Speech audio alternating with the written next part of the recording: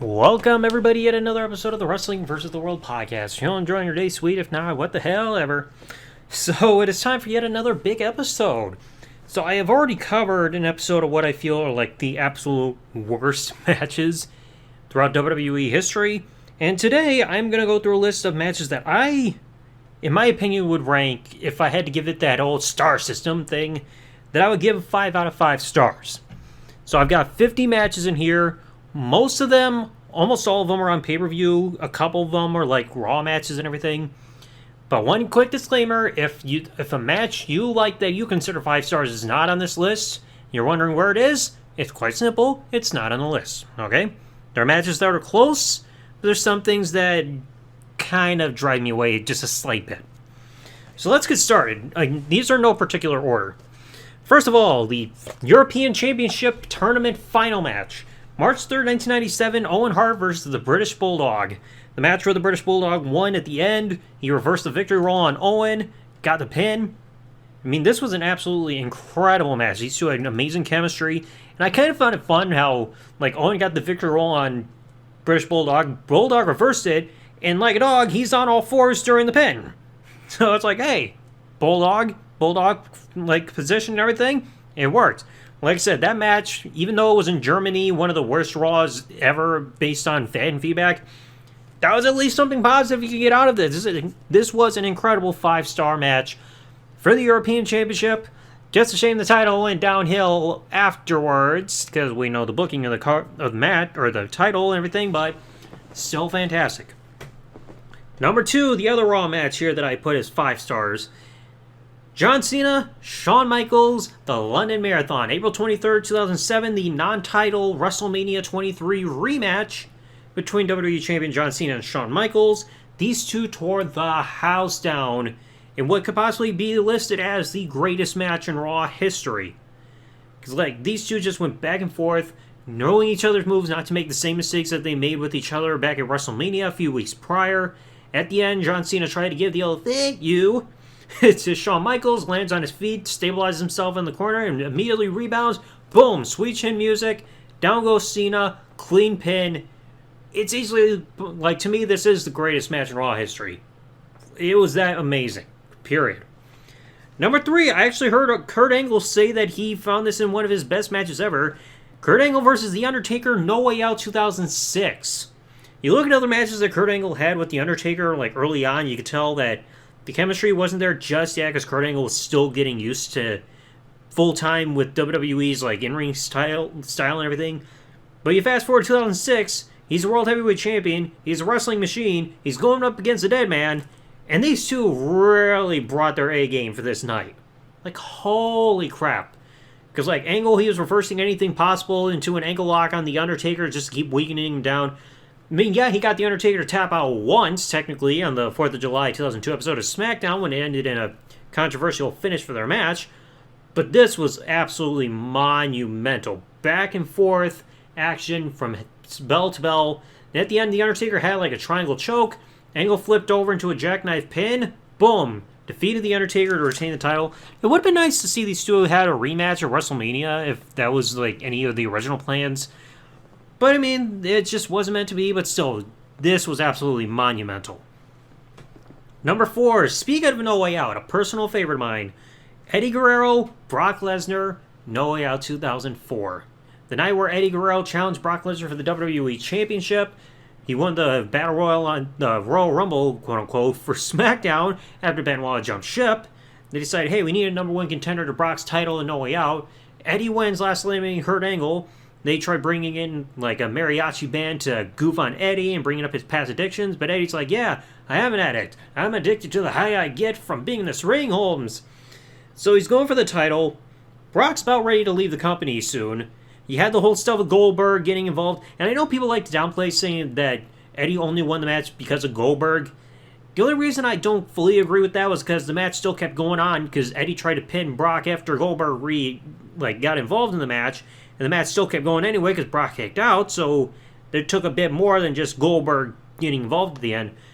But this match, like I said, these two did an incredible job. And that celebration at the end, the Cow Palace just going insane for Eddie winning the title. Eddie celebrating with his mom and his brother, the Mexican flag. Like, that was one of the best feel-good moments of all time. Like I said, this is just a legendary classic match. Love it. Number 5. We're going back to SummerSlam 2013 on this one.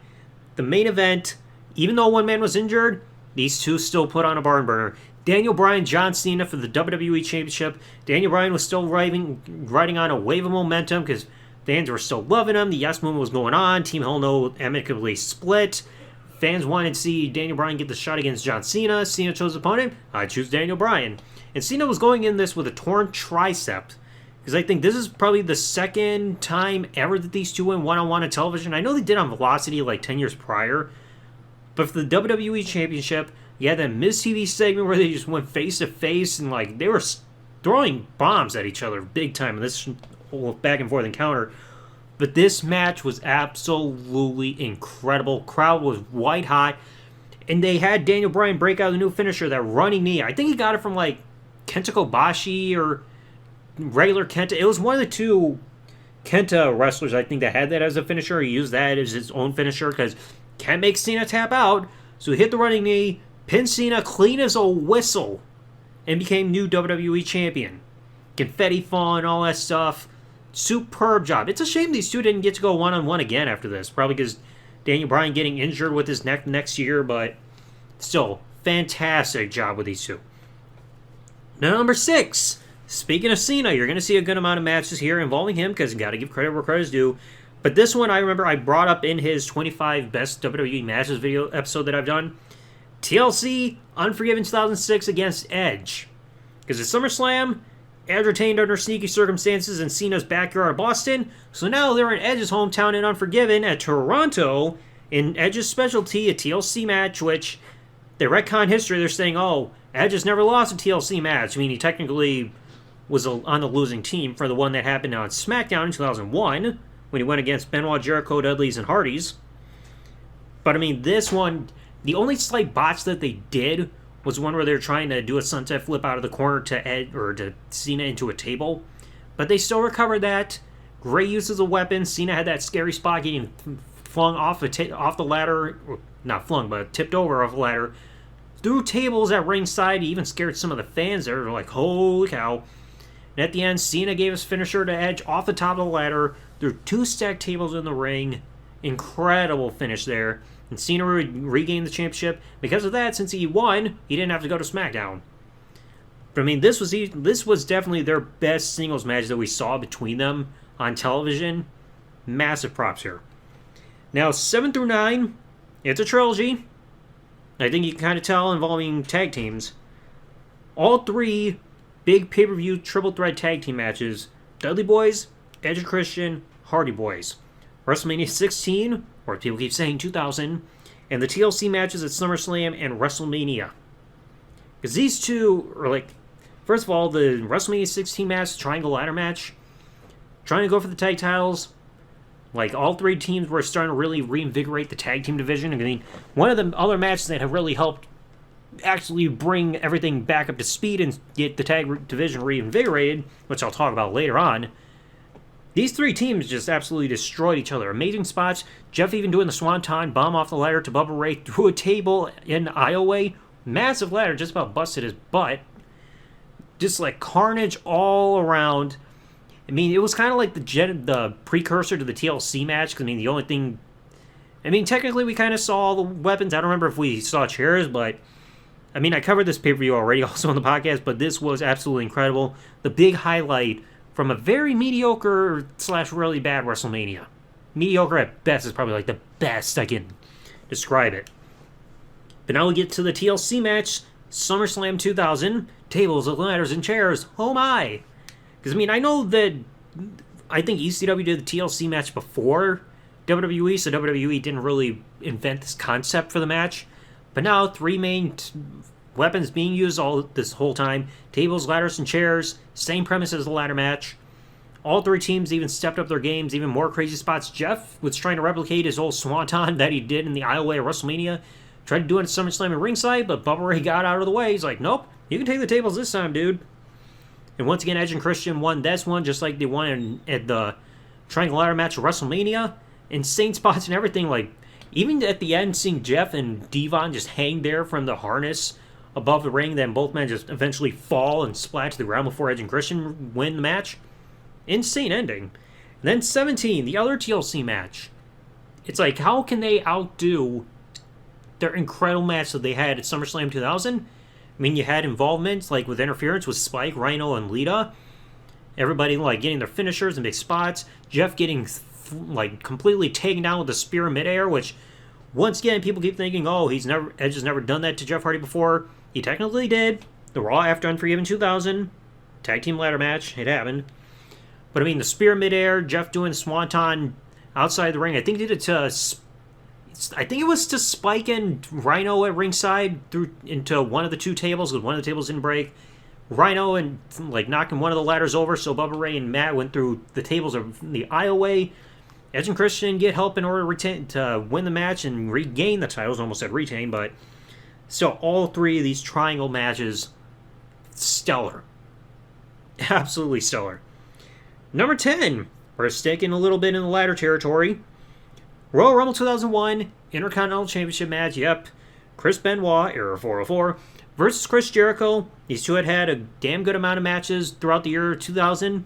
You had 2 out of 3 Falls match at SummerSlam. You had the submission match at Judgment Day, the standard match 1-on-1 at Backlash for the Intercontinental Championship, as well as Judgment Day. But the Intercontinental Championship was back between these two going to the Royal Rumble. You had to bring in a ladder. And these two, like I said, the uses of this ladder, fantastic. I know you brought in the chair. Benoit did the big dive through the ropes, but I got caught with the chair in midair. People saying, ooh, that's iffy. I think Benoit might have been alright. He had his hands up during the dive. So he may have helped cushion himself. And then Walls of Jericho on the top of the ladder. Insane. And Jericho eventually tipped the ladder over. Benoit falls over the top to the outside. And Jericho sets the ladder back up. Wins the title.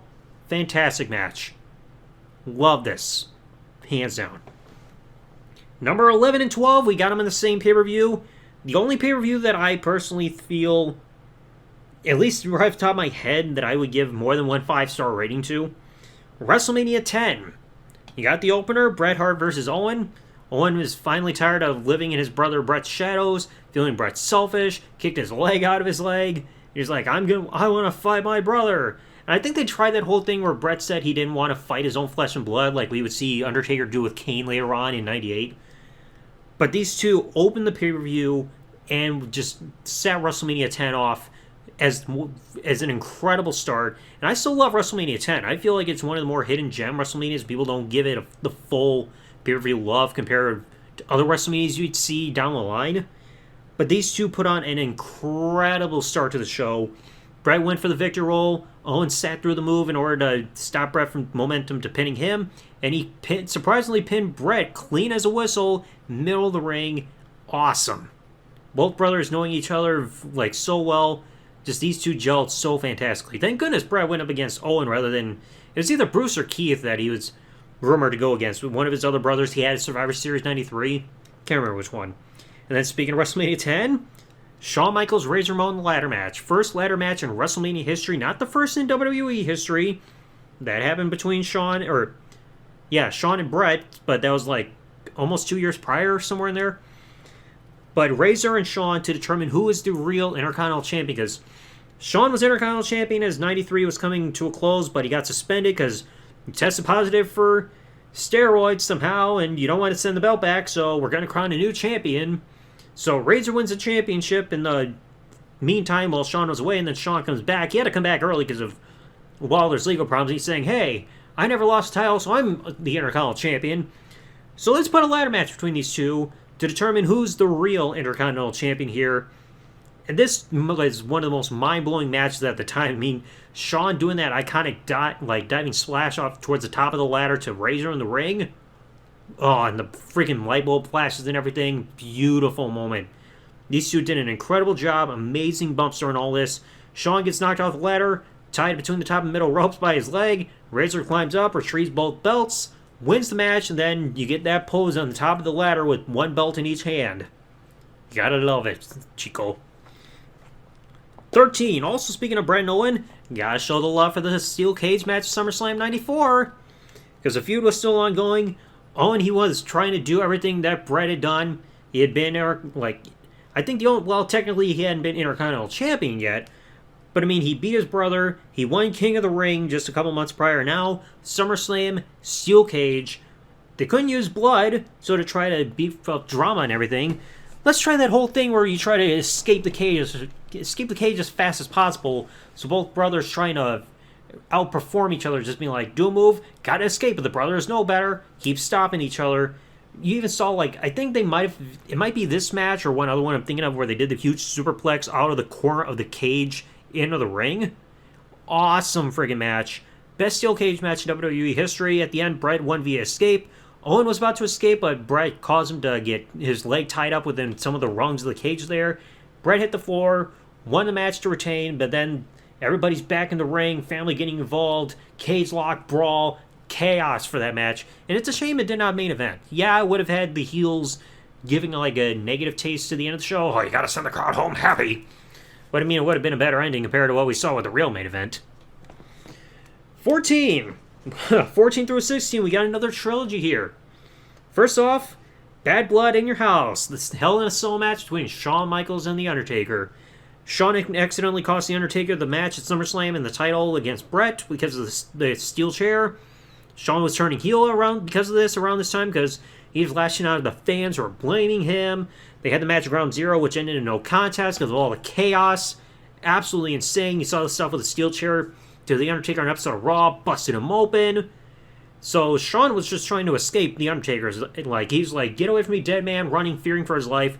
So now you got the debut of Hell in a Cell, which was like inspired by the War Games design. Yeah, one cell, roof planted around ringside rather than on the apron, door padlocked shut with chains. Nobody can get in, nobody can get out. The bumps in here were incredible. Blood. The Undertaker got his revenge with a steel chair shot as a receipt because of SummerSlam. The Undertaker looked like he was about ready to finish the Bloody Shawn off, but then, that's gotta be Kane, damn it. Here comes Kane, rips the cell door off the hinges after they already got back in the ring and it was padlocked shut. Didn't fully get the door off because it was still stuck there with a chain, but still, he got it off the hinges, got in the ring, flaming pyro out of the corners, tombstone the Undertaker, leaves, and Shawn crawls over to get the pin to defeat the Undertaker. Stellar way to introduce this match concept, no doubt. Now you also got the second match of this trilogy that I've got on this list, Shawn and Undertaker, WrestleMania 25. These two had not had a one-on-one match against each other since Royal Rumble 98 because of the whole casket match injury to Shawn Michaels. They did have interactions for Royal Rumble 2007 and then 2008 again. But now these two are going one-on-one because Shawn was finally coming back after getting free from his job, having to work for JBL. He went through financial hardships and storyline because of the whole stock market crash. He's a free man. He got paid in full. And now he wants to go against The Undertaker. He beat Vladimir Kozlov, so he gets the shot. And now they're doing this whole light versus dark introduction because Shawn's like, I am the light, and The Undertaker, I am the darkness. And Shawn reminding Undertaker, hey, you've never beaten me one-on-one. And technically that was a fact because they had 3 pay-per-view matches back in 97, 98, and Undertaker technically never got one over Shawn. So this was one of those big times where it really felt like the streak was in jeopardy. And these two, to me, this is the best WrestleMania match in WWE history. Maybe one of the best matches in WWE history possible. I mean, this week was incredible. The Undertaker's only finisher that he had to do more than once was a tombstone. Shawn, it was understandable to keep doing the sweet chin music because that was his main finisher move. If he wanted to really shock people, bring back the teardrop suplex, but some people may not remember that. But I mean, even that tombstone where Shawn got caught in the ropes, trying to skin the cat, and then JR was having an orgasm. I just had an out-of-body experience, by God. Awesome, and at the end, even after Undertaker did that scary dive, thankfully he was okay. But then Shawn at the end, top rope, moonsault, Undertaker heads him, second tombstone, that's it. These two, even I remember the first time I watched the match, I knew how the outcome was, and I still got invested. Absolutely stellar job. Love this match to death. And now the other one, their rematch WrestleMania 26. I did an episode about this on the podcast too, about Shawn's road to WrestleMania 26. Shawn, ever since he came back from his hiatus, He won the Slammy Award because of the match of the year later on in December 2009. He decided, hey, Undertaker, I can beat you. I want a rematch. Undertaker was saying no, but Shawn got so upset he would do anything to get this match. Tried winning in the Royal Rumble, got eliminated. He wanted to get traded to SmackDown, no luck. So he cost The Undertaker the World Heavyweight title in the Elimination Chamber. Finally, Undertaker said, I accept your challenge. But the rule was, if Shawn loses, his career is over. They had the stipulation saying it can only be won via pinfall or submission. And holy cow, was this match also amazing. Like, the storytelling was on another level compared to the year prior. You saw some, like, moments that really resonated how different this was compared to the year prior. You saw a tombstone on the floor, the destroyed announce table. It took 3 tombstones to end Shawn Michaels. The second one, he still kicked out, but he did not have any energy to keep going. Like, intimidate The Undertaker to really give him one more hit. Slapped him in the face, jumping tombstone. Shawn's career would be over for the next 8 years. But, I mean, one hell of a match. And that ending, like, that really gave that feeling of anger with just add that jump to the tombstone. Whew. Awesome. 17. We also got to do another one from the streak. WrestleMania 28, Triple H Undertaker. Triple H couldn't do it at WrestleMania 27. Second attempt to ever do so because they keep forgetting WrestleMania 17. The Undertaker, he doesn't like how he got carted out at the end of the WrestleMania 27 match. He wants another shot, but Triple H is saying no because he knows the only way to end this would be to the end of The Undertaker, and he doesn't want to do it. But Undertaker's like, hey, you can't do what your buddy Shawn Michaels couldn't do because he was always better than you. Like, Triple H is like, you want the match? You got it. We're doing Hell in a Cell. Shawn's referee. These two brought us into an emotional roller coaster. And I also still wonder how this match could have been if they didn't have, like, the PG regulations in a way. Like, if they could have added a bit more blood, added some blood in here, add a little bit more brutality, because this was a huge match. These two were really known for when it came to, like, memorable moments. I mean, Undertaker even survived the Sweet Chin Music pedigree combo. He even hit Triple H with his own sledgehammer, finished him off with a tombstone. Boom, 20-0, last match victory of the undefeated streak. And I don't like it when people still refer to any match after WrestleMania 30 as a streak, because technically the streak is over when you lose. I mean, to say it's a WrestleMania record, it's understandable, but after WrestleMania 30, it's not a streak. The streak is broken, it's no longer alive, it doesn't make sense to keep calling it a streak, but this... Actually, no, sorry, this was the second last one for the streak, because remember, 29 against Punk, but still, this was absolutely phenomenal for Hell in a Cell. 18. I know people might be a slight bit torn on this because of the finish, but I still thought this match was a classic. Punk, Daniel Bryan, Over the Limit 2012. Daniel Bryan had become #1 contender. He was not happy about like everything that happened since he lost the title at WrestleMania. He lost any rematches against Sheamus. He's done with AJ Lee. Now he's over on Raw because the brand split's no longer a thing by this point. He wants a shot at CM Punk's WWE Championship. And these two did an incredible job. Like, the wrestling that you saw in here, unbelievable. These two had an incredible chemistry. And you could tell because these two trusted and really respected each other. At the end, Daniel Bryan had the yes lock on, well, I think he called it the no lock by this point, on CM Punk, but CM Punk rolled it into a pin. Referee counted the pin just before Punk tapped out. And then that would be used as a catalyst for Daniel Bryan to get rematches after this. Because, like, hey, you also tapped out. I almost had you. So they would end up having a couple more pay-per-view matches after this, but this was freaking awesome. Love this match. Hands down. Phenomenal job. 19, also going back to WrestleMania, Shawn Michaels and Ric Flair. WrestleMania 24.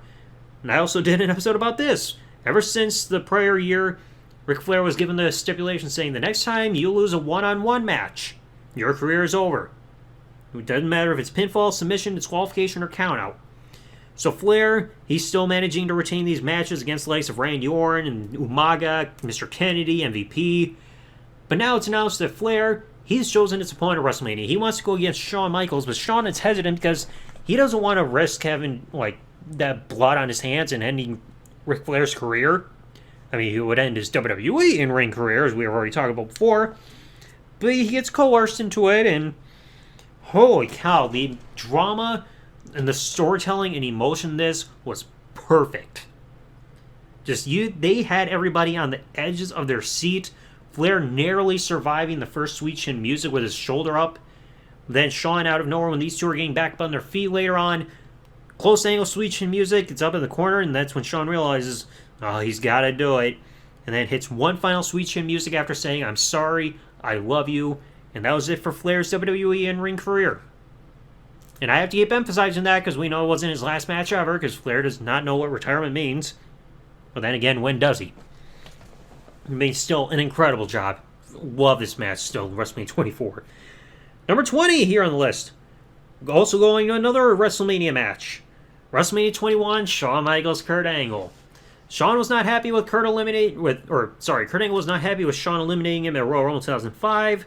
This would be one of those inter-brand, promotional brand type of matches at WrestleMania, because Kurt Angle SmackDown, Shawn Michaels Raw. They did some back and forth stuff, including bringing in Sensational Sherry for all this, which was actually a nice little thing that they had there. Shawn doing the whole sexy Kurt thing. Shawn even appearing on SmackDown dressed as a cameraman to get one up on Kurt. And to have this match was absolutely magic. Two of the best in-ring guys in WWE history. Incredible. Shawn trying to out-wrestle Kurt Angle, which is you gotta be a maniac to try that.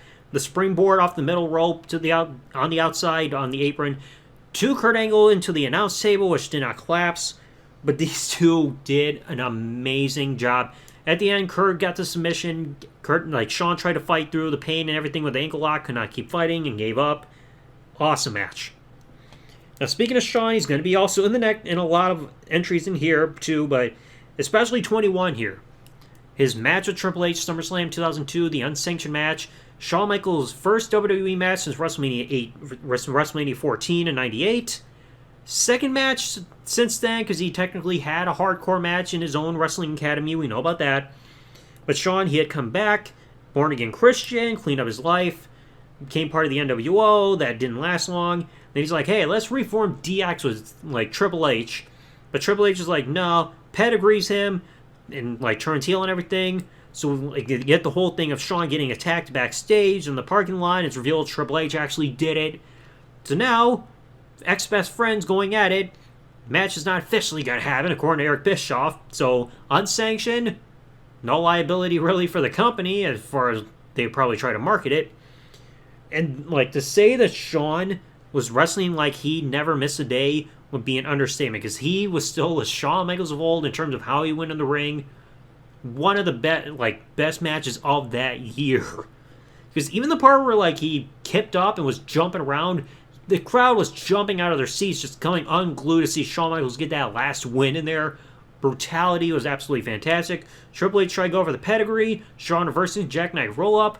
Got the pin, but Triple H got the last laugh with a couple sledgehammer shots to the back to get Shawn structured out of there. But I mean, this was incredible. Absolutely incredible. And of course, being on the best SummerSlam ever, it's understandable. And also, speaking of Shawn, we got to go to a year and a half after this, WrestleMania 20, the Triple Threat. Triple H, Shawn, Era 404. Because, I mean, this whole, it's still building on the Triple H-Shawn feud. They wanted to go at WrestleMania, but then it's revealed, hey, Benoit won the Royal Rumble. Rules say he can challenge for the world title at WrestleMania. It didn't matter which brand, so we jumped ship to Raw. Being like, hey, I deserve this shot. You guys can't ignore me. So it's going to be a triple threat. And this was absolutely insane. No dead moments. Fantastic action all around. Shawn Michaels was bloody as hell. Triple H also eventually got bloody, and this is too. Destroyed the one of the announce tables with a double suplex to Benoit in there. And that moment where Benoit got the sharpshooter on Triple H, but got broken up because of Sweet Chin Music. Loved it. Triple H tried to get the pedigree. Got into the crippler crossface, and eventually Triple H tapped out. Era 404 wins. We can't celebrate the moment really anymore because of what happened later on. But it was also nice still, at least at the end of the show, to see him hug his best friend Eddie to close the pay-per-view. That's at least a wholesome moment. Now, speaking of Era 404, we got the tag match here. No Mercy 2002, Angle and Benoit versus Edge and Ray. Tournament going on to declare the first ever WWE Tag Team Champions. Not to be confused with what the tag team titles were over on Raw before it became World Tag Team. Talk about the SmackDown exclusive tag titles. So the tournament was going on. This tag match is going through. Angle and Benoit can't get along, but it's like, hey, This was the tag titles. You gotta get along. And the chemistry with these two tag teams was off the charts. Reversals, intense action, fast pace, kept you on the edge of your seats. At the end, it was Edge and Kurt Angle in the ring. Angle got the angle lock on Edge. Edge reversed it to one of his own on Angle, but Angle reversed it again, and eventually Edge tapped out. Stellar match. Stellar. Possibly the best pure tag team match in terms of 2-on-2 tag team matches in WWE history. Fantastic job. Now, once again, going through another Shawn Michaels match, WrestleMania 19, his match with Jericho. So Shawn hadn't even been back wrestling full-time for even a year yet. But Jericho, he wanted to go against Shawn. Shawn was his idol. Tried to mirror himself as being like the next Shawn Michaels of sorts. So like kind of teacher versus student. You had the stuff at the Royal Rumble. Eventually you had the match at WrestleMania. And these two did an incredible job together. Even Jericho pulling off sweep chin music of his own on Shawn to try to mock him and everything. Didn't get the job done, of course, trying to be the next showstopper. But these two are so fluid with this match. Even Shawn trying to do a Hurricane Rana or a Frankenstein of sorts got blocked into a walls. Jericho is fantastic. But at the end, Shawn Michaels got his own roll-up on Jericho, got the pin. Afterwards, Jericho seemed emotional, like, oh, I'm sorry, hugged Shawn, and then kicked him in the nuts. And Shawn's like, why? And then slid down, and Jericho's just shoving him over, like, screw you. But, I mean, this was absolutely fantastic. These two really had amazing chemistry. And this is not the only time you're going to see them on the list here. 25. This is probably, like, the most recent match I would put on this list, and I actually had to watch this match back later on. Cody, Seth, Hell in a Cell 2022. Cody had been back since WrestleMania 38. He won another match against Seth even after WrestleMania 2. So it's like time for the trilogy here. And Cody was going in with this legitimately torn right pectoral muscle. Injury couldn't get worse. It's like, hey, I'm essentially a man with one arm. I'm going to have this match anyway. It looked gruesome. Props to Cody for fighting through this. Like, that could not have been easy with the pain that he had been going through. But these two just tore each other apart. Seth was even trying to play mind games with the polka dots just to mock with his father. But still, at the end, Cody, despite having one good arm, he busted his ass, won the match against Seth. Just, again, props here with what these two did. Even with using sledgehammers and cowbells, the whole 9 yards. Fantastic job. 26. Now we're going back to 97. So we're rewinding 25 years here. The 10-man tag team main event. In Your House, Canadian Stampede. The Hart Foundation. Bret, Owen, Jim Neidhart, British Bulldog, and Brian Pillman versus Team USA, Stone Cold, the Road Warriors, Goldust, and Ken Shamrock. Because, I mean, it was weird to kind of see Pillman joining, the Hart Foundation a little bit, because Pillman, last I checked, was American, yet he's siding with Canada here. That was the one little oddity, at least from what I see. But, I mean, this was a whole USA-Canada feud that was going on ever since Bret turned heel and saying, oh, America sucks and all that stuff. Just the crowd was electric during all this. Amazing energy and, action all around. You even saw Stone Cold brawling with Bret's family, who was at ringside, behind the barricade. Austin gets thrown back in. Owen gets the schoolboy roll-up. Pin. Crowd loses their minds. Beautiful end to the show, and still also one of the best overall pay-per-views of all time. I think I might have also even mentioned that when I was talking about In Your House Canadian Stampede a little bit. Might have been one of the other episodes, but still, incredible job. Just a fantastic main event, and that celebration afterwards with the whole Hart family getting in there, Canadian flag, superb. 27. You got 27-28. These two men one-on-one. I gotta at least say these two went one-on-one a lot over the years. But these two are, I feel, were their two best matches, and I give 5 stars to. First off, SummerSlam 98, Triple H The Rock Intercontinental Championship ladder match. The Rock had finished up his whole feud with Shamrock. You had the stuff with DX and the Nation, because DX turned babyface. The Rock was trying to, he was really getting in the heads of Triple H, causing the European Championship going against D'Lo on an episode of Raw. They didn't have the title change hands at fully loaded in a 2 out of 3 falls match because of the time limit. So now, ladder, Intercontinental Championship, Triple H has got a knee injury. This match is not either their specialty, and yet in Madison Square Garden, they tore the house down here. Crowd was red hot. They did a fantastic job with all the bumps they were doing and innovative ways they were using the ladder when they could. Triple H had powder in his eyes, trying to eventually climb the ladder. The Rock is climbing up on the other side. China comes up, boom, hits The Rock in the nuts, and Triple H pulls down the Intercontinental Championship. And that reaction from the crowd from that moment, love it. One of my favorite pops of all time, just everybody just jumping and celebrating like there's no tomorrow.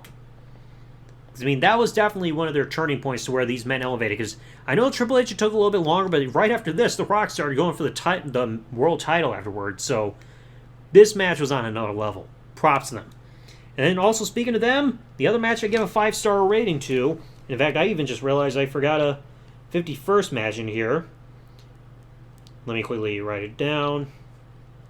Because I do not want to forget what I just remembered for one that's actually on SmackDown. Okay. Triple H Rock, Judgment Day 2000, their Iron Man match. Because I was just thinking that I realized I forgot one, but the Iron Man match from Judgment Day 2000, absolutely stellar. These two did every finish possible for like a decision with disqualification and countout and pinfall and submission. Shawn as the referee. Triple H wanting his title back because of Backlash. And at the end, you had The Undertaker coming down on the motorcycle, taking out DX, American Badass, hit the tombstone on Triple H. That's a disqualification finish through interference. Triple H technically won the match and won the title, which can be a little bit iffy because, like, yeah, he technically got a decision.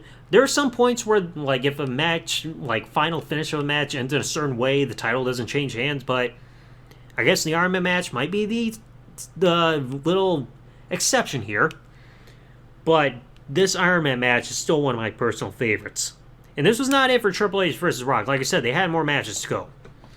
29-30, we also got 2 matches between these two legendary men. Stone Cold and Bret Hart. 2090 have got their match at Survivor Series 96. Bret had been away since WrestleMania 12 when he lost the title. Stone Cold had been around talking trash, wanting a match with Bret. He even did the promo in Mind Games where he's like, if you put the letter S in front of Hitman, you have my exact opinion of Bret Hart. Goading Bret to come back, have a match. Bret finally came back before Survivor Series, I guess, and he said, alright, Stone Cold, you're on.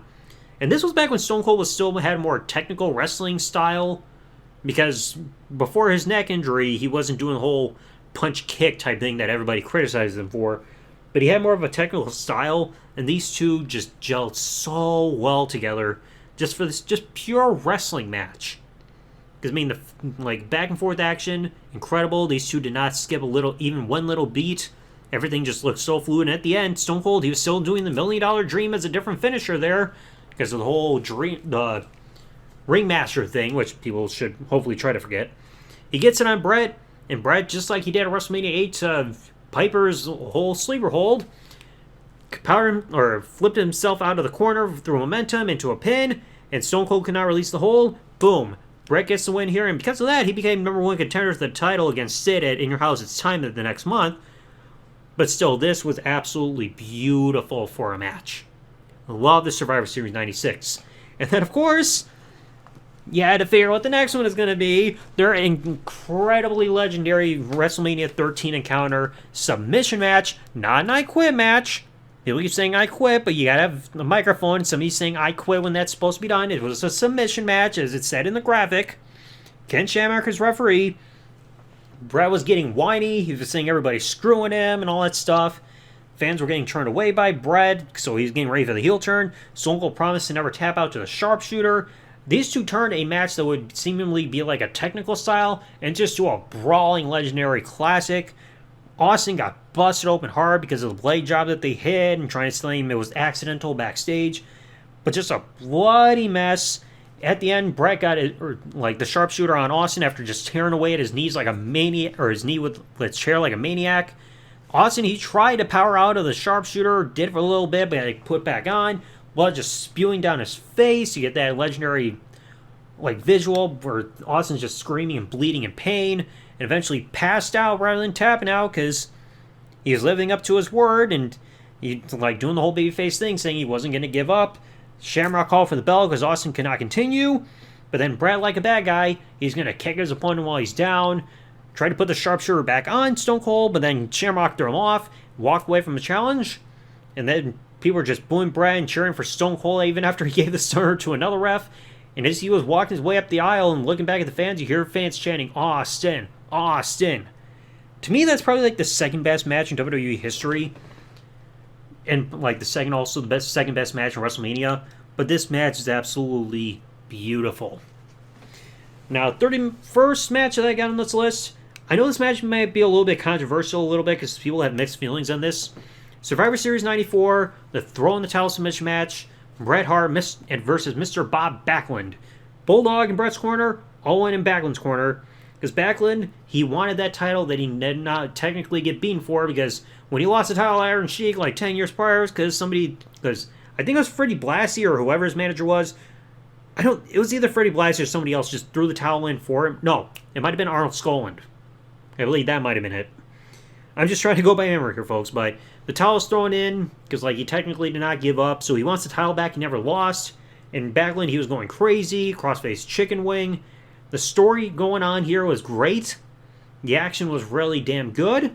Far better than their I Quit match that you would have later on at WrestleMania. But eventually Backlund got the crossface chicken wing in there. On Bret just kept refusing to tap out. And Owen, he's feigning sympathy, being like, oh, Bret, that's my brother.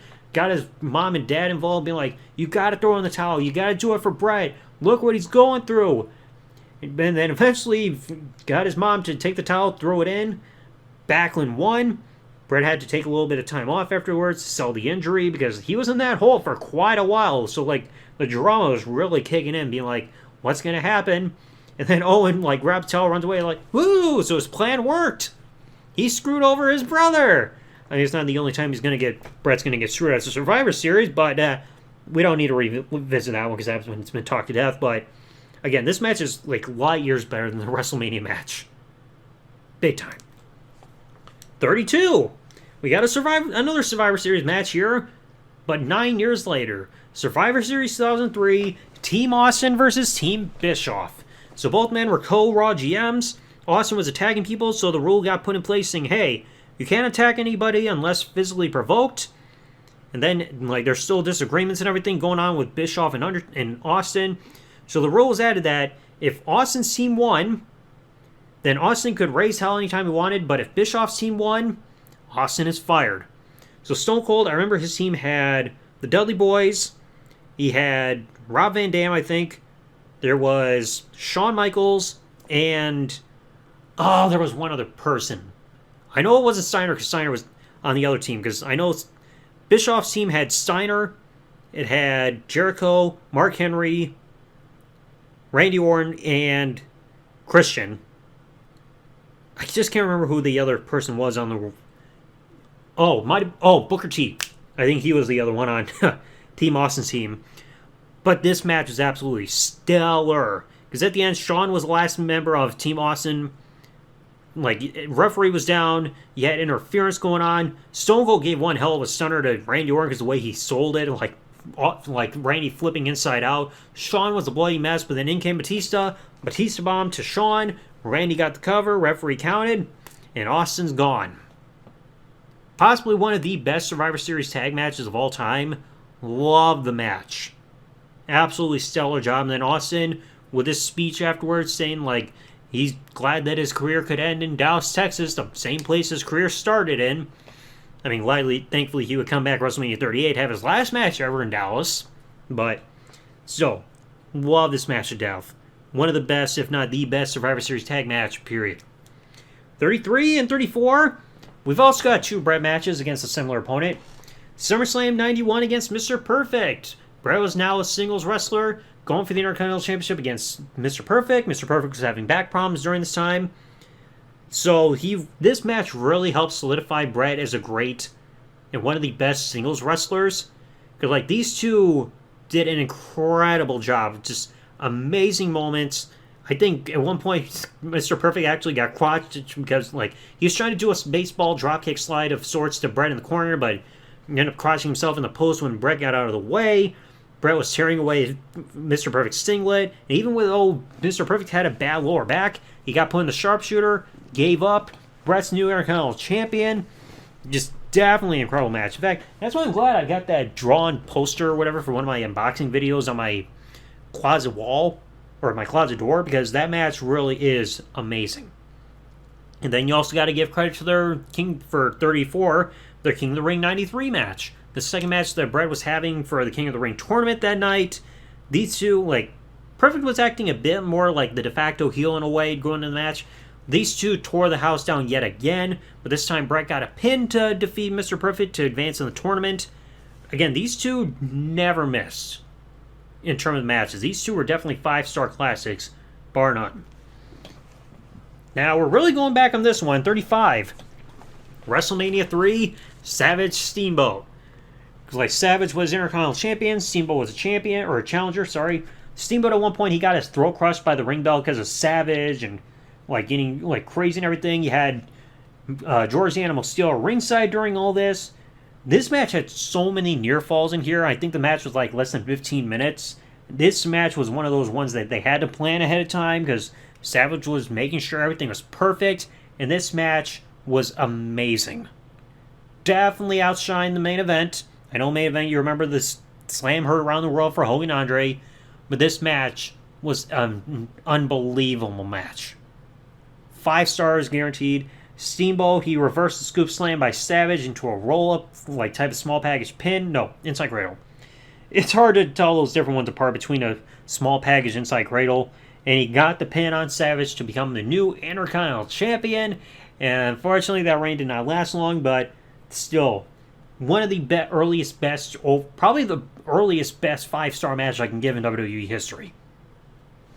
And then also, speaking of Savage, 36, his match WrestleMania 7 against the Ultimate Warrior. Because Savage, he cost Warrior the WWF title against Slaughter at Royal Rumble. These two having this match at WrestleMania where the loser must retire.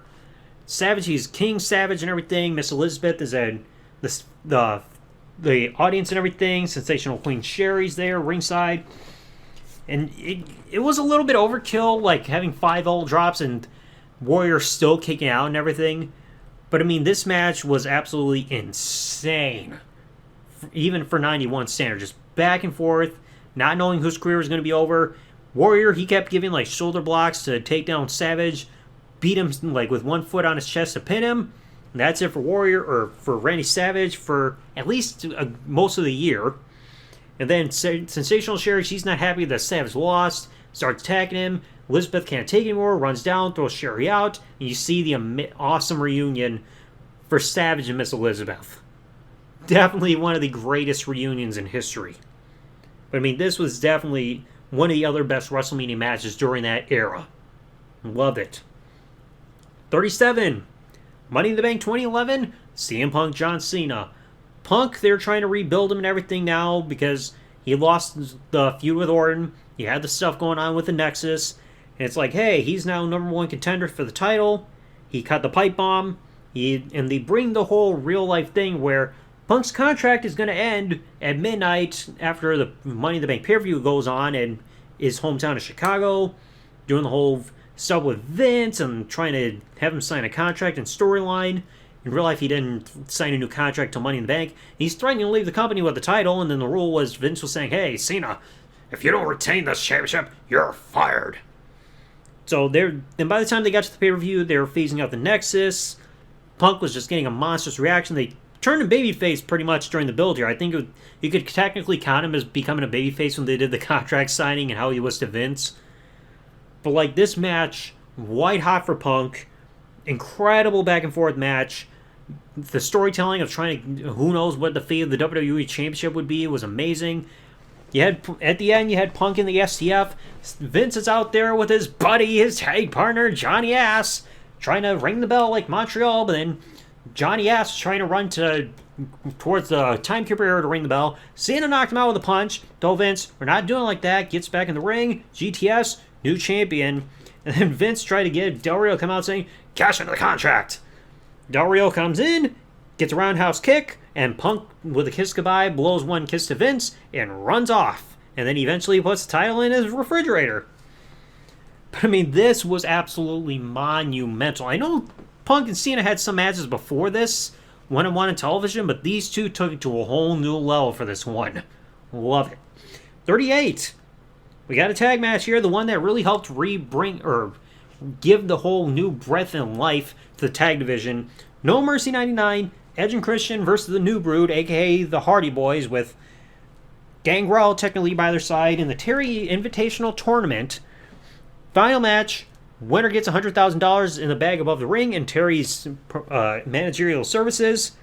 These two changed everything for tag wrestling in terms of like specialty matches, and like I said, this helped give the tag division the breath and air that it needed, because the tag division was struggling by this point still for any kind of relevancy. And the innovation you saw in tag team wrestling involving ladders for all this, oh man, unbelievable. Just some of the stuff that you could see with tag teams and ladders, because like you look at the stuff Shawn and Razor did in '94, you add like more men in here, it really spices stuff up.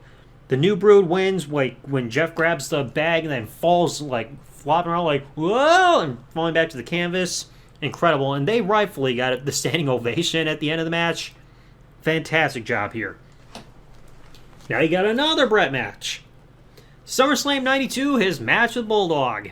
Intercontinental Championship on the line. Brett had been champion since he won it back at WrestleMania 8 from Piper. They're in Wembley Stadium over there in the UK. So Bulldog's home territory. Well, at least his home country. I can't remember what city or part of the United Kingdom he's part of. But this was Bulldog's big moment. And to think that they pulled off a 5-star classic on a match that had to be done on the fly, because Bulldog, he forgot the whole match on Fooked, because he was doing some stuff with Jim Neidhart, partying and stuff. So Brett had to come up with a new match on the fly, and this match did not fail to deliver. Incredible back and forth stuff. Even they had some slight botches, one or two here or there in the match. You could barely tell. But I mean, both men took each other down with clotheslines. Brett on his back, but the sharpshooter on Bulldog turned over. Bulldog got the ropes. Then they go through the whole Irish whip thing. Brett tries to go for a sunset flip. Bulldog sits through the move, holding the legs. Boom, boom, boom. 3 count goes. The crowd erupts. Like one of the loudest pops you will ever see and hear inside of a stadium there. Even with the roof off, it was still monumentally loud as Bulldog becomes a new champion. Unfortunately, he held the title for about 3 months before he got canned, but still, amazing match. One of the best Intercontinental Championship matches, period. Number 40, the other Chris Jericho-Shawn Michaels match I put on here, No Mercy 08. Another ladder match, because this feud was absolutely incredible throughout 2008. Because it started with the whole thing of Shawn and Rick, then it went down to Shawn and Batista, and then Shawn's supposed knee injury, Jericho turning heel, like Jeritron 5000 or whatever number it was by that point. Shawn's eye injury, the stuff with Shawn's wife getting punched, Shawn going crazy wanting revenge, and now you got the ladder match. The stuff these two did with the ladder was amazing. Just even Lance Cade getting involved, Jericho chipping a tooth, like going through the announce table as well was amazing. Even that whole tug of war thing with the World Heavyweight Championship there above the ring, and like Shawn trying to stop Jericho from falling over and like taking the title with him, but like, oh no, don't you fall. But Jericho still retained. Incredible job. Love this match between these two. These two never failed to deliver. Period. 41. The only other Survivor Series tag match that I've got on here that I absolutely love. In a way, even though it was during a bad storyline period, Team WWF versus the Alliance. The WWF had Big Show. Technically, yeah, because like Vince was supposed to be a part of it, but he too injured to compete. But Big Show, Kane, Undertaker, Jericho, Rock. In the Alliance, you had Stone Cold, Kurt Angle, Rob Van Dam, and Booker T, and Shane McMahon. Almost forgot there. I was trying to think Dudley Boys, but it's like, no, they had the tag match with Hardys earlier. Winning team stays employed. Losing team, your whole team is gone. You're all going to be fired unless you're champions or they win the Immunity Battle Royal. And it was a little weird to see that The Rock, he was in the WWF, he had the WCW Championship, while Stone Cold in the Alliance had the WWF Championship. But I mean, the eliminations were awesome in here. Because like Shane taking the rare tombstone that was happening with The Undertaker during the American Badass era, because they were hesitant on letting any kind of pile drivers go on by this point.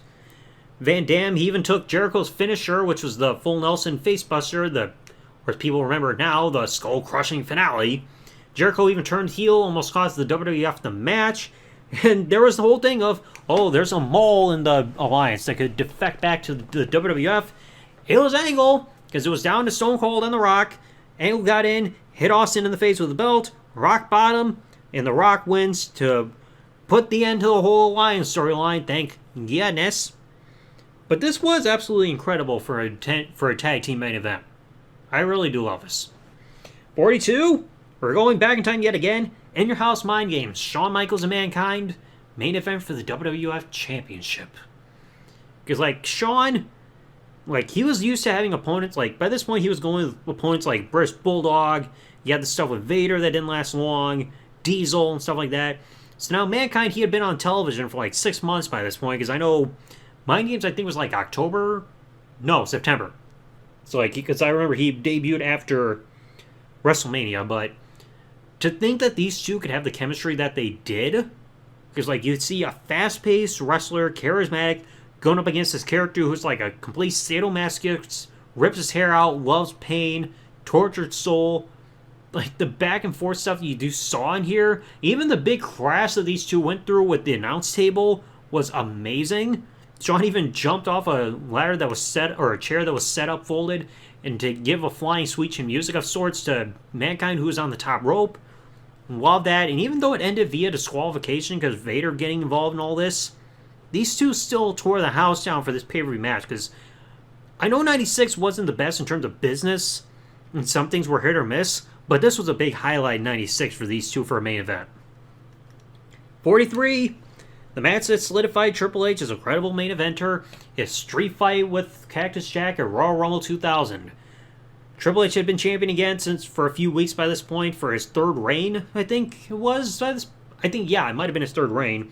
Because he won his title from Big Show, was mistreating Mankind, fired him, he's back, light him up. Mankind's like, I can't have this match, it's not, a street fight's not for me, but I got a replacement, it's Cactus Jack. And I found it kind of, like, funny how both times that we saw Cactus Jack be brought in, the first time back in 97 and now back here in 2000, both times were during a feud with Triple H. Kind of ironic. So, like, this whole match, unbelievably brutal. Like, the barbed wire 2x4 that was used in here, Triple H getting bloodied up. He had that puncture wound a little bit in one of his calves because he took a suplex onto wooden pallets on the floor. Cactus Jack getting handcuffed, taking a chair, like, getting broken off over him. These two were trying to destroy announce tables. One broke more than another. Even brought out the thumbtacks. And Cactus Jack took a back body drop on the thumbtacks, took a pedigree, kicked out. I even was like, there's reports saying that it was called inaudible, telling him, hey, give me one more, but this time it's got to be into the thumbtacks. And he had the thumbtack stuck in his face when he took it. One hell of an explosive finish there. Incredible job. Massive props to Mick Foley for doing everything he can to make guys like as credible as possible. Mick Foley went above and beyond. Let's see, 44 out of 51. We're getting there, folks. No Way Out 2001, another one involving Triple H. His 3 stages of the Hell match with Stone Cold. Because it was revealed that Triple H was the mastermind behind Stone Cold getting run down at Survivor Series 99 back in the Joe Louis Arena. So now these two are just destroying each other. You had the finish for Survivor Series 2000 with the car drop test. The fights that were going on between these two inside the Armageddon Hell in a Cell. Stone Cold stopped Triple H from beating Angle for the title at Royal Rumble. So now you got 3 stages of Hell here, and No Way Out. And the rule was they can't lay a finger on each other in the build, because if Stone Cold does, no title shot that he earned for winning the Royal Rumble at WrestleMania. If Triple H, suspended for like 6 months or however long it was with no pay. So they were attacking people close to them. So like Stone Cold gave a stunner to Steph. Triple H, I think he either gave a pedigree or may have busted the arm of JR again. I know he did something to JR. But this 3 stages of Hell match. First fall, standard match. Second street fight. Third steel cage. And these two just brutalize each other. Because, like, you would have thought that a match with, like, no disqualification would have been more for Stone Cold, like they were speculating. But, like, Stone Cold won the standard match. Triple H won the street fight ball. And then these two are bringing out, like, the sledgehammer, barbed wire 2x4 again, steel chairs and everything. Excuse me. They're surviving finishers in the cage, like with pedigrees and stunners and all that. At the end, they both hit each other with weapons like the sledgehammer and barbed wire 2x4 at the same time. Stone Cold fell first, and Triple H managed to stop himself falling in time to where he was unconscious body. It falls on Triple H or Stone Cold afterwards to get the pin and win the match and conclude the feud. I just wish they hadn't united after WrestleMania, though. But still, the best 3 stages of Hell Match in WWE history. Incredible job. The one thing they could have done, though, just to be a little careful, call spots a little bit more softly. You can really hear that. 45. I know some people have given this, like, say it's almost 5 stars to them, but I feel it's a 5-star, and because I can understand the finish. Stone Cold, Kurt Angle, SummerSlam 2001. Angle had been babyface since he formed his alliance with the WWF. He had gone through the stuff at a pay-per-view that I'll bring up in just a bit 2 months prior at King of the Ring. So Angle was a babyface, main event guy. Stone Cold, he defected over to the alliance, feeling he's not appreciated by Vince, and he's bringing Kurt to take his spot. Kurt Angle, he's ready to fight and everything like that. So this was definitely Stone Cold's really brutalizing Angle and treating him like a threat, because blooding him up, he's surviving stunners. Stone Cold trying to get himself disqualified, attacking WWF referees, but the referees, they're not going to call for disqualification and be the reason why the title stays in the alliance. What's the point? And then these two are just brutalizing each other. Like I said, Angle was bloody. He was still having that fighting spirit, getting ankle locks on Stone Cold. At the end, all the WWF referees were down. Angle got the angle slam on Stone Cold. And then in comes Nick Patrick of the Alliance. Slides in while Kurt Angle's pinning. 1, stops, rings the bell. And he's thinking, because he realized he had a genius idea to keep the title in the Alliance. By being hey, Stone Cold, he's technically disqualified for attacking referees, so he keeps the title. I know people look at it as a flat finish, but it makes the most logical sense. Because again, the WWF referees weren't going to disqualify Stone Cold to keep the title in the Alliance. So Nick Patrick knew that if he counted the pin, Stone Cold was going to stop being champion. So he found a smart way to keep the title in the Alliance for his side. And then Angle, he wasn't happy and put the ankle lock on Nick Patrick afterwards. But, I do absolutely love this match. Yeah, it got a little bit ridiculous with some of the stunners, but I think since it wasn't overdone, at least within 2001 standards compared to what we got now, it really helps Kurt Angle look like a legit main event guy who just will not give up and really help build his credibility even more. Because, if anybody had any doubts beforehand, this should have erased doubts.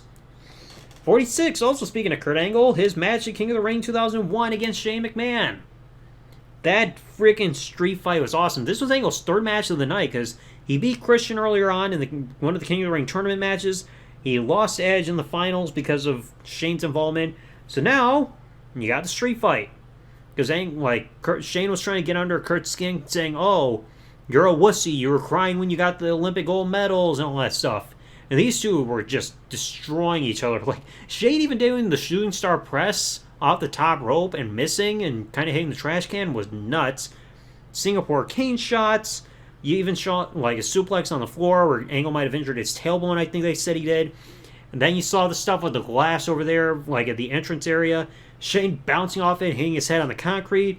Vince wanted the match to end early, but it's just no. Shane wants to keep going. Last time, the second time, doing the belly, this time went through the glass and everything. They tried it in the next one. 2 failed ones, and before Kurt Angle just grab him, throw him through the other glass instead. Just blood, brutality everywhere. They both get back in the ring, and they finish it off because they set a wooden board on the top rope, and Angle gives Shane McMahon an avalanche. Angle slam off of there to the canvas to put a final end to Shane. Standing ovation afterwards, also rightfully so. Incredible job by both men. I know it could not have been easy for Shane. He had to be badly concussed, especially after that first belly where he landed on his head. You could hear that thump. Just bump. 47. The other Kurt Angle match that I got, one of the other Kurt Angle matches I got in here, Royal Rumble 2003. I just rewatched this not too long ago. His match against Benoit. Benoit, he had become #1 contender for the title. Because I think he had beaten Big Show 1-1 to get this title shot, while Big Show got in the Royal Rumble match itself. Angle, he had gone Team Angle with him, so Charlie Haas, Shelton Benjamin, aligned with Paul Heyman there. And these two just absolutely, The only other match I think people could probably say also kind of measures up compared to this is their Ultimate Submission match at Backlash 2001. I kind of have to relive that match again later on. But this match was just beautiful. Two of the best technical style wrestlers. Like, I know Angle like does all these different kind of styles overall, but when he went to pulls out his technical side, he nails it every time. Benoit, even though he's a piece of shit for what he did to his family, I don't care what anybody says with the whole conspiracy theories. I don't believe the conspiracy theories of him being innocent. But like, still, I have to give him credit. Still one of the best technical wrestlers of all time. These two just absolutely did an amazing job together. The knife edge chops, German suplexes, near falls, submissions, and like reversing submission holds into their own again. And at the end, Benoit tapped out to the ankle lock. Another standing ovation afterwards for Benoit as he stood in the ring. Absolutely incredible job. Thank goodness they gave this match, because the other world title match that he had on the show, which I brought up in the worst matches like list that I did a while back, it's a good thing you had something the complete opposite of shit. 48. Now this match, I think Shawn Michaels said in a Q&A he feels is his most underrated match ever by fans. His match against Randy Orton at Survivor Series 07. So after WrestleMania, Randy really ramped up his whole Legend Killer thing. He took out Shawn Michaels at Judgment Day with concussing him, RKO. Shawn had to get taken out while his wife was crying and everything. Shawn had to get taken out because in real life he was having a knee issue, so he had to get taken off for a few months. Then after No Mercy, Shawn comes back. He's got the cowboy hat and the stole. And he wants revenge on Randy for trying to end his career and bringing tears to his wife's eyes. Tried to do it Cyber Sunday. Randy got DQ'd. So now, in constant matches in the build to Survivor Series 2, Shawn was just constantly out Randy Orton with Sweet Chin Music. And he just wants Randy Orton to pay, make him suffer. So the match happens at Survivor Series where the rule is, if Randy's disqualified, he loses the title. If Shawn uses Sweet Chin Music, he loses the match and can't get another shot at Randy. And Shawn, he was doing every submission hold possible to keep bringing in the pain to make Randy suffer as much as possible. Like cross faces and figure fours, all that other stuff, just to make Randy pay. At the end, Shawn tried to go for Sweet Chin Music, but he stopped himself. He's like, oh, can't do this. And you hear the crowd go, oh, he almost did it. And because of that moment of hesitation and realization, Randy then capitalized, RKO, and got the pin to beat Shawn Michaels. He's demanding, Shawn, you have to admit that I'm the best, that I'm the better man. Say it! But then, it's like, oh, the match is over. Shawn got to his feet. Sweet Chin Music now to Randy Orton. But I mean, these two did an awesome job. And that story, très magnifique. 49 and 50, the two out of the last three entrants that I got in this show, or this episode, both John Cena AJ Styles matches. 49, I got their match at SummerSlam 2016. They had a match in Money in the Bank before this, but I feel this was better than that. These two had a clean finish at the end. Absolutely incredible chemistry between these two. I don't think these two, even before Money in the Bank, had matches against each other, if memory serves me correctly. Because I know these two weren't even in the company at the same time before this, like before 2016, because AJ, I think by that point, he was already doing stuff with TNA and World Wrestling All-Stars by the time Cena came up to the main roster. So for these two to never really have that many interactions before this and have this amazing match at SummerSlam one-on-one, just absolutely incredible. And AJ got a clean victory over Cena. The same guy who could now beat Chris Jericho for whatever booking reason at WrestleMania beat John Cena, the Golden Boy, at SummerSlam. And then shortly after this, AJ becomes WWE Champion. And then you get the rematch of Royal Rumble. Cena was wanting to become 16-time champion. AJ still champion after defeating Dean Ambrose at Backlash. I think it was Backlash. And I know Cena did the whole backstage story saying they wanted a match where they just kept the action in the ring, because the Royal Rumble is going to be all about people getting out of the ring and stuff like that. And these two just back and forth just absolutely caused everybody to eat it up. I think it was still, like I mentioned this, I think episode 17 of the podcast, talk about the logic of finishers not making sense, saying it took 4 AAs to beat AJ. But at least that finish, I can at least defend saying AA to catching him to stop the phenomenal forearm, then Cena doing a front flip while getting AJ back on his shoulders, giving another AA to beat AJ, new WWE champion, for Cena's 16 overall world title win. Absolutely incredible job between these two. I know it was like a dream match to see the main face of TNA versus the face of WWE together, and these two never disappointed in these matches. Stellar job to these two. And then the last one that got on the list, the match that I almost forgot until I was like remembering during 28, the Iron Man match between Brock Lesnar and Kurt Angle in September 2003. To me, this is the best Iron Man match in WWE history. These two had incredible chemistry top and bottom. You had the stuff of Brock trying to regain the title at the end of 2002 into 2003. He won the title from Kurt even after the botched the Shooting Star Press from WrestleMania. Angle won the title back at Vengeance, the triple threat that also involved Big Show. Brock eventually turns heel. He gets back to his vicious side. He throws Zach Gallen down the flight of stairs. Couldn't get the title back at SummerSlam. Then you get this incredible match on SmackDown. 60 minutes. Had never been done before on any of these primetime shows. You never even saw a 60-minute Iron Man match over on Raw yet. I know you had some Iron Man matches that would happen after this, like a 30-minute at least between Benoit and Triple H, and later Shawn and Kurt Angle. But you never saw a 60-minute Iron Man match here, and you get it here on SmackDown. The back and forth stuff was absolutely amazing. I know, like, even Brock got himself disqualified intentionally with a chair shot to weaken down Kurt Angle for the first fall. You even saw stuff with the ring posts. Just the chemistry between these two, absolutely incredible. Pure wrestling. And thankfully, this was before Brock's whole Suplex City shit. But Brock managed to still win the match by one fall because he managed to survive the ankle lock as the time limit ran out to become the new champion. To me, this is the best match in SmackDown history. Because, like, I know SmackDown did not have, like, a ton of, like, mind-blowing, incredible matches over the years compared to, like, maybe Raw. Because I know SmackDown's had them from here and there, like the TLC match in 2001, the Rock Triple H match early in SmackDown's history, or even John Morrison, Ray for the Intercontinental title. To me, this is, like I said, this is the best match in SmackDown history, and easily deserving of 5 stars. Okay, this is being added a little bit later, but I remembered one more match that I forgot to add on this list. This one was also one of the best Raw matches in history. December 29, 2003 episode of Raw for the World Heavyweight Championship. Triple H defending the title against Shawn Michaels in San Antonio. These two had finally resumed their feud again. They had some stuff going on a little bit throughout 2003, but not a whole lot after Armageddon 2002. So they decided, let's close the year with a massive match for the World Heavyweight title. Ex-best friends going at it.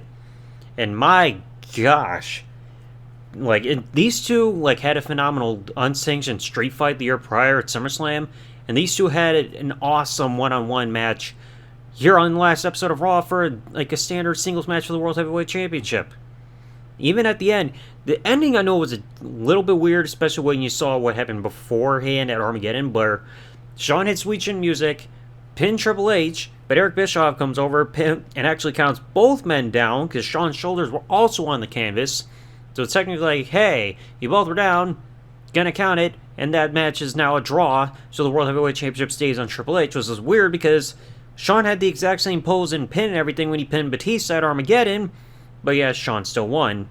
But regardless, the match was awesome, and that reaction right afterwards when the 3 count hit, and everybody thought Shawn Michaels won the World Heavyweight Championship, absolutely outstanding. Even if you had to have the rug pulled out from under him right afterwards because of the technicality, it was still unbelievable.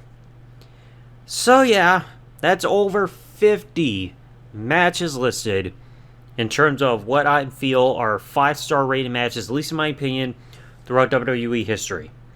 Let me know in the comment section below, what matches do you like? Do you agree or disagree with? What are some matches that you would have added that you feel are 5-star worthy based on your opinions?